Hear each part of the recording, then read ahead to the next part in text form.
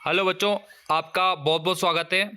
आज के इस वीडियो में हम देखने वाले हैं प्री बोर्ड परीक्षा 2024-25 कक्षा 10वीं विषय हिंदी का सॉल्यूशन। और पेपर आपके सामने है। 3 घंटे का इसका समय है। इसके निर्देश भी आप पढ़ते जाइए यहाँ पे। इसके बाद देखिए सही विकल्प का चयन कीजिए। तो सही विकल्प के चयन में आपको यहाँ पे देखने को मिल रहा है पहला क्वेश्चन, स्वयं प्रकाश ने संपादन किया। तो स्वयं प्रकाश ने इनमें से किन का संपादन किया? तो आप आंसर लगा लीजिए। इसका आ वाला है वसुधा पत्रिका का। स्वयं प्रकाश ने वसुधा पत्रिका का संपादन किया। सेकंड है शिव धनुष तोड़ने पर क्रोधित हो उठे। तो इनमें से कौन क्रोधित हो उठे? तो आपको लगाना है सा वाला, परशुराम जो थे वो क्रोधित हो उठे थे। इसके बाद नेक्स्ट क्वेश्चन है ले तुक यति गति मात्रा एवं चरण से युक्त रचना को क्या कहते हैं? तो आंसर हो जाएगा इसका छंद। क्या कहते हैं इसको? छंद कहते हैं। बा वाला इसका आंसर हो जाएगा। नेक्स्ट है लखनवी अंदाज पाठ की विधा है। इनमें से कौन सी विधा है? तो इसका आपका आंसर हो जाएगा बा वाला व्यंग।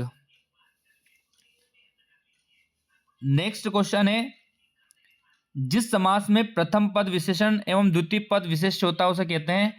तो इसमें आप आंसर लगा लीजिए सा वाला, कर्मधारय समास। कर्मधारय समास में क्या होता है? प्रथम पद विशेषण और द्वितीय पद विशेष होता है। 6 वाला है हिरोशिमा कविता ली गई है। हिरोशिमा कविता किससे ली गई है? तो इसमें हम आंसर लगा देंगे 6 वाले में आपका आंसर आ जाएगा आ वाला, अरि ओ करुणा प्रभा में काव्य संग्रह से इसको लिया गया है।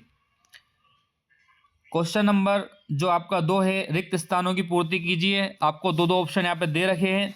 पहला है गोपियों के लिए श्री कृष्ण हारिल की खालिस्तान है की तरह है। तो लकड़ी या मिट्टी? तो आप इसमें लगाएंगे आंसर लकड़ी, इसका आंसर हो जाएगा। सेकंड है अभिनय तत्व की प्रधानता खालिस्तान काव्य में होती है। तो अभिनय किसमें होता है? तो दृश्य में। तो दृश्य इसका आंसर हो जाएगा।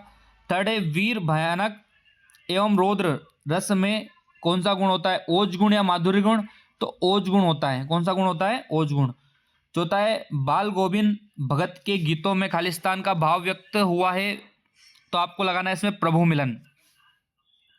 5वां है दो निकटतम स्वरों के मेल से जो परिवर्तन होता है उसे खालिस्तान संधि कहते हैं। तो इसमें आंसर आ जाएगा स्वर संधि। 6 है साना साना हाथ जोड़ी पाठ गद्य की खालिस्तान विधा में लिखा गया है। तो इसमें आ जाएगा आपका आंसर यात्रा वृत्तांत। अब देखते हैं नेक्स्ट, निम्नलिखित कथनों के समक्ष सत्य या असत्य लिखिए। तो यहां पे हम देखेंगे पहला वाला,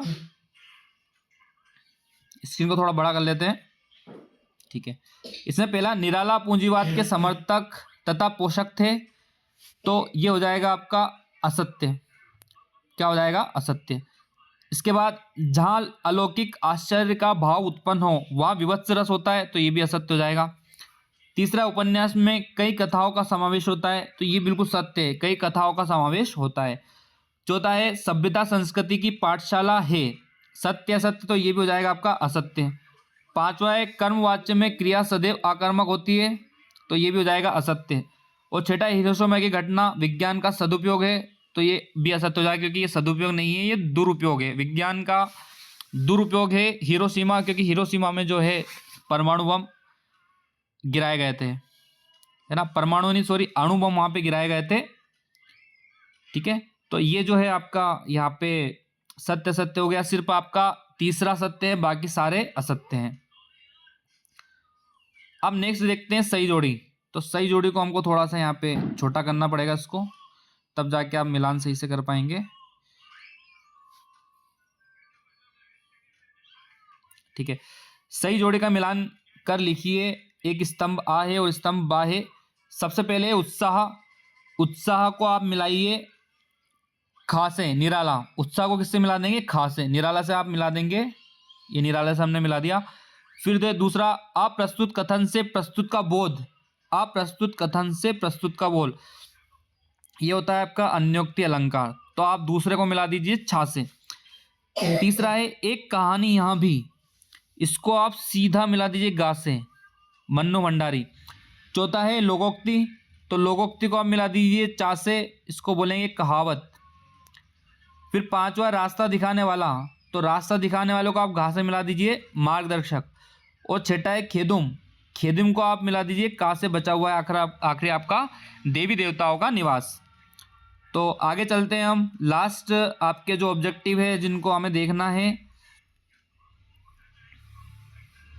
निम्नलिखित प्रश्नों के उत्तर एक वाक्य में लिखिए। पहला है गोपियों के अनुसार राजा का धर्म क्या है, तो आप इसमें बताएंगे प्रजाहित। राजा का धर्म क्या है यहाँ पे, प्रजाहित।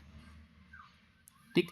अगला है रमणीयार्थ प्रतिपादक शब्द काव्यम, यहाँ परिभाषा किस विद्वान ने दी, तो आप इसमें लिख लीजिए पंडित जगन्नाथ ने इनको दिया था, है ना, पंडित जगन्नाथ ने ये परिभाषा दी थी।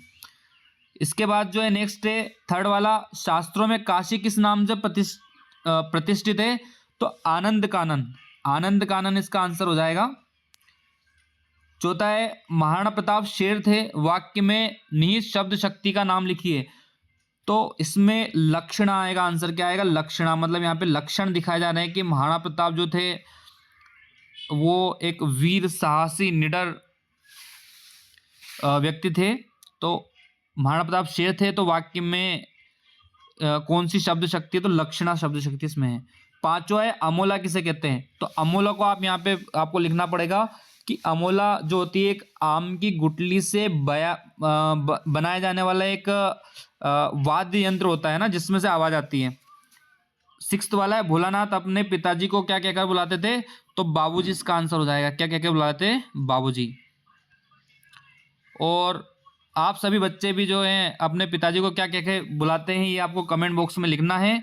और इस वीडियो में इतना ही, मिलते हैं नेक्स्ट वीडियो में, तब तक के लिए जय हिंद जय भारत।